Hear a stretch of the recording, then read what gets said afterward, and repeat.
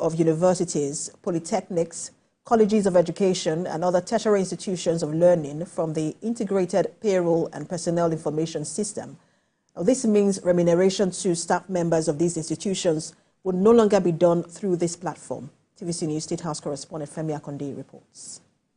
It seems President Bola Tinubu's administration may have just used a magic wand to placate the Academic Staff Union of universities and other tertiary institutions in the country who have been at loggerhead with the federal government since 2006 over moves to enlist tertiary institutions in the integrated payroll and personnel information system.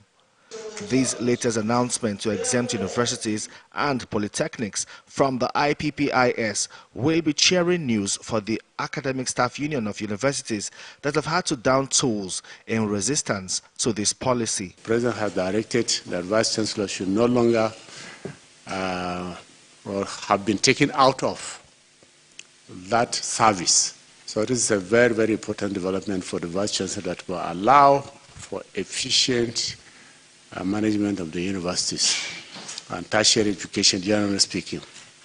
Going forward, the universities, like the Honorable Minister of Education has said, and other tertiary institutions, the polytechnics and colleges of education, will be taken off the IPPIS system.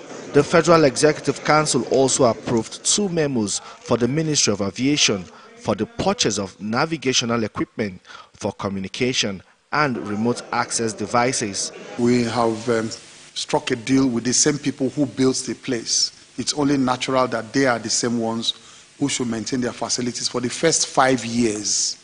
They should maintain their chillers, the air handling units, the passenger boarding bridge, the escalators at the concourse, the remote boarding lifts that were specifically made for the physically challenged, and all those facilities they put there.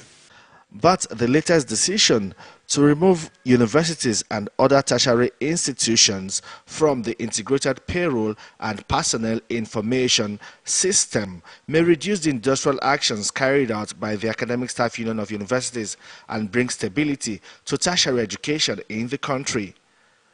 ASU has gone on strike for a total of 628 days under President Muhammadu Buhari's administration, making it the highest under any president since the country returned to democracy in 1999. Femi Akonde, TVC News, Abuja. For more on this step taken by the federal government, let's speak with TVC News State House correspondent Femi Akonde, who joins us live from Abuja. Femi, like you rightly captured in your reports, this has been a long-running battle between the federal government, previous administration, and ASU and other, educational unions. What more can you tell us about this, and through which platform will they now be paid?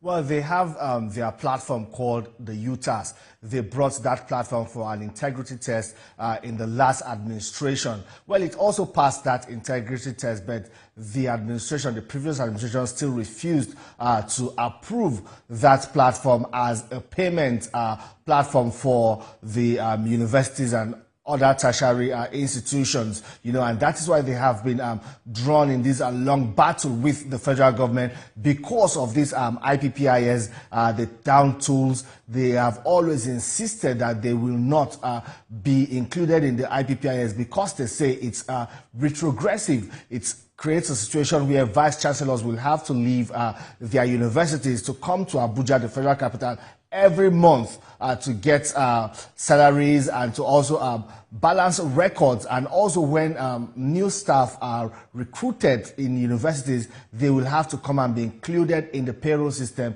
in Abuja. So that central system does not favor these institutions. Rather than focusing on development and other issues in the institution, it is in tertiary institutions what vice chancellors have to do every month is just to ensure that they are in Abuja to get paid, and it also in a way impedes on the independence and the smooth running of these tertiary institutions. And you will also recall, Precious, that President Bola Tinubu, when he was campaigning, promised that if he is voted into office, that strikes by the Academic Staff Union of Universities will be a thing of the past. There are many issues in that sector, but this is just one step in addressing all of the issues affecting tertiary education that usually makes the ASU and other unions in the tertiary institutions go on strike. Precious.